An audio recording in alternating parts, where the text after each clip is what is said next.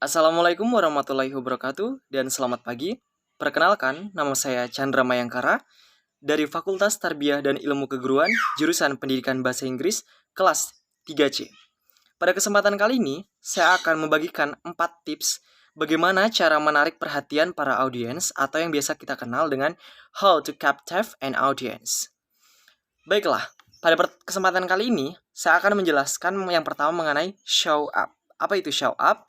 Dan yang kedua, saya akan menjelaskan mengenai authentic engages. Dan yang ketiga, saya akan menjelaskan mengenai awareness. Dan yang keempat atau yang terakhir, saya akan menjelaskan mengenai audacity. Tips yang pertama, yaitu show up to give atau memberi. Sebagai seorang public speaker atau seorang pembicara, sikap memberi adalah sikap yang paling penting harus kita miliki. Karena kita sebagai seorang public speaker akan menjadi seorang yang lebih berpengetahuan atau orang yang mungkin akan memiliki informasi yang belum diketahui oleh audiens atau peserta. Jadi sikap memberi ini adalah dalam tanda kutip seperti membagikan informasi, membagikan ilmu, pengetahuan, serta hal-hal yang mungkin jarang atau belum ditemui oleh orang-orang di sekitar kita atau belum ditemui oleh para audiens. Jadi, informasi yang kita bagikan ini dapat menjadi manfaat atau dapat menjadi hal referensi bagi para audiens dalam melakukan tindakan-tindakan atau dalam menjalankan kehidupan sehari-hari.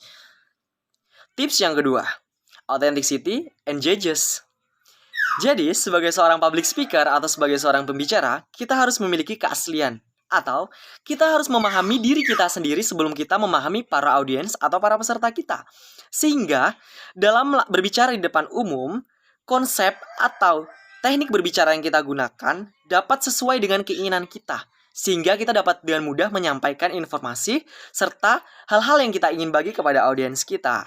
Namun, apabila konsep berbicara yang kita gunakan tidak sesuai dengan basic konsep kita, maka kita akan kesulitan dalam menyampaikan informasi yang kita bawakan. Bahkan, audiens pun akan memahami gerak-gerik kita serta teknik dan cara kita yang tidak maksimal dalam menjelaskan atau dalam berbicara di depan umum. Sehingga, ini dapat menjadi pengaruh yang begitu besar kepada kita dalam menjadi seorang public speaker yang baik. Seperti itu. Tips yang ketiga, awareness atau kesadaran.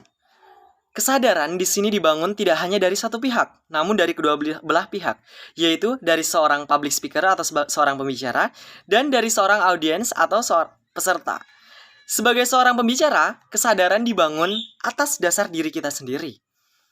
Kita harus memiliki kesadaran bahwa kita sebagai seorang yang berpengetahuan dan akan membagikan informasi, sehingga kita memahami keadaan dan kondisi sekitar, agar semuanya dapat berjalan sesuai dengan keadaan dan sesuai dengan situasi, sehingga informasi yang dapat kita bagikan dapat dengan mudah tersalurkan kepada para audiens kita ketika kita telah memiliki relation atau hubungan dengan audiens kita. Kesadaran audiens juga sangatlah penting. Sebagai seorang yang haus akan informasi, sebagai seorang yang butuh akan pengetahuan, sebagai seorang yang ingin mengetahui lebih banyak lagi tentang dunia, kita harus sadar bahwa hal yang ada di depan kita adalah hal yang begitu penting yang harus kita tangkap dan harus kita maknai dengan baik. Sehingga relation atau connected antara peserta dengan pembicara sangatlah penting dalam membangun kesadaran bersama. Sehingga hal yang disampaikan dan hal yang diterima dapat menjadi hal yang bermanfaat bagi kita semua. Tips yang keempat sekaligus tips yang terakhir, audacity atau keberanian. Keberanian adalah hal yang sangat penting yang harus dimiliki oleh setiap pembicara. Karena ketika kita berbicara depan umum, keberanian adalah hal yang paling nampak dalam diri kita. Entah itu mungkin ada keraguan, rasa takut, dan mungkin rasa malu yang ada dalam diri kita. Dan kita harus menghilangkan semua hal tersebut. Kita harus menghilangkan energi negatif yang ada dalam diri kita. Karena sebagai seorang pembicara, kita akan membagikan energi positif yang kita miliki kepada seluruh audiens atau kepada para peserta yang ada di depan kita. Keberanian adalah berawal dari dalam diri kita sendiri.